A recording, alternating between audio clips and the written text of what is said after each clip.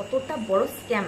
মানে আমি এই জিনিসটা নিয়ে আমি সময় পেলে আমি পাঞ্জাব ন্যাশনাল ব্যাংকের যে ম্যানেজার আছে আমি তার সাথে কথা বলবো।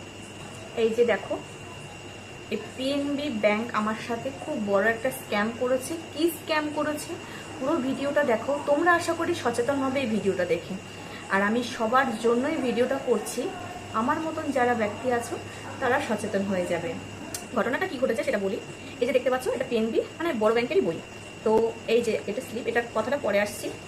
আমি আজকে কিছু টাকা, অতি সামান্য একটু টাকা ব্যাংকে জমা দেবো আর কি। তো আমি সত্যি কথা বলতে সময় খুব একটা পাই না।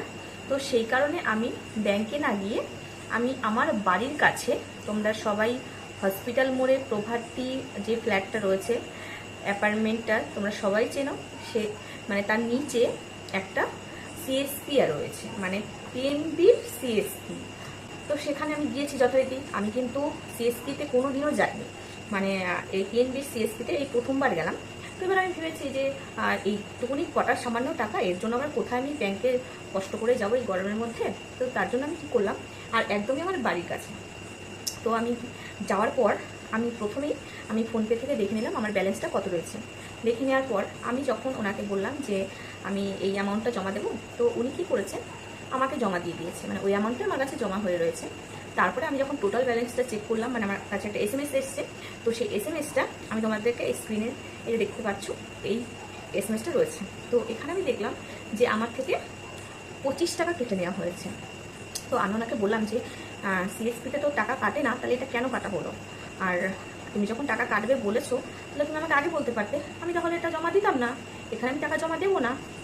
আমার অন্য কোনো অপশন, যেহেতু অল্প কিছু টাকা, আমি অন্য কোনো অপশন বেছে নিতে পারতাম এটার জন্য।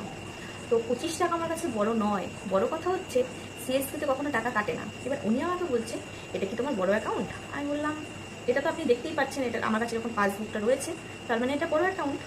দিয়ে উনি বলছে যে এটা অটোমেটিক থেকেই টাকাটা কেটে নেওয়া হয়েছে।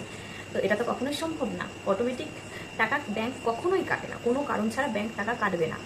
তো আমি এটা জানি যে অনেক সময় হয়, যেমন আমার মা হাতের ছাপ দিয়ে অনেক অনলাইনে দোকান থেকে টাকা তোলে, সেক্ষেত্রে পার 1000 টাকাতে 10 টাকা নেয়, মানে 5000 টাকায় 50 টাকা এরকম হয়। কিন্তু সিএসপি যখন খোলা হয় কোনো জায়গাতে, সেখানে কিন্তু টাকা নেওয়া হয় না। কিন্তু পাঞ্জাব ন্যাশনাল ব্যাংকের সিএসপি থেকে টাকা নেওয়া হয়েছে। আমি তোমাদেরকে বলবো সবসময় ব্যালেন্স চেক করবে, তারপর যাবে। আমাদের মায়েরা, বিশেষ করে বয়স্ক মায়েরা, এই জিনিসটা কিন্তু বেশিরভাগ খেয়াল করে না বা জানে না। আমার মাও জানে না।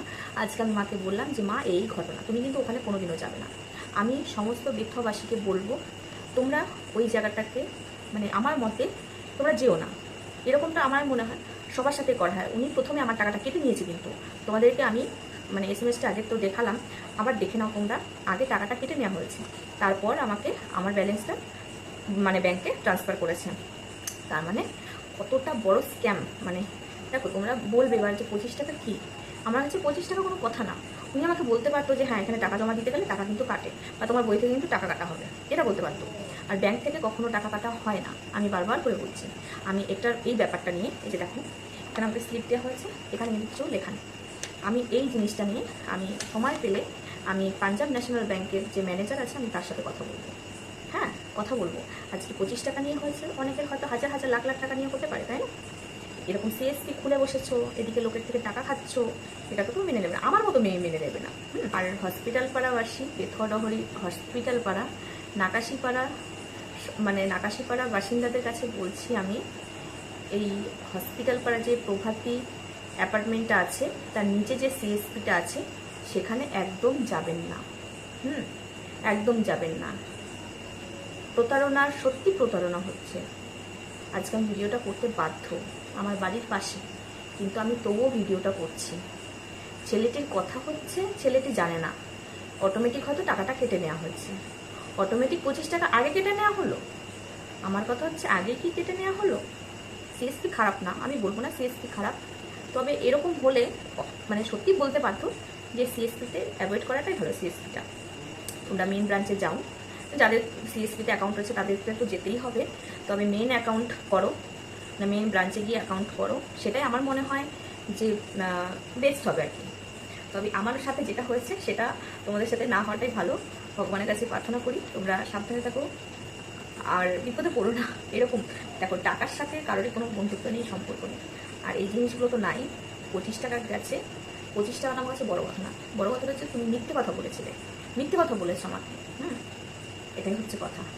আর আমি হচ্ছে দেখো, কখনো কিন্তু মানে যেহেতু আমি সিএসপিতে কখনো যাইনি, আমি সেই জন্য আরেকটি চেক করে নিয়েছিলাম, সেই জন্যই আজকে আমি জিনিসটা ধরতে পেরেছি। ঠিক আছে? আর কি বলবো, আমি বেথবাসীর কাছে অনুরোধ করছি, তোমরা একটু সচেতনভাবে ওই জায়গাটাতে যেও। শুধুমাত্র ওই জায়গাটার কথাই বলবো, যেহেতু আমি ওখান থেকে প্রতারিত হয়েছি। ঠিক আছে? নমস্কার, ভালো থাকবেন সবাই।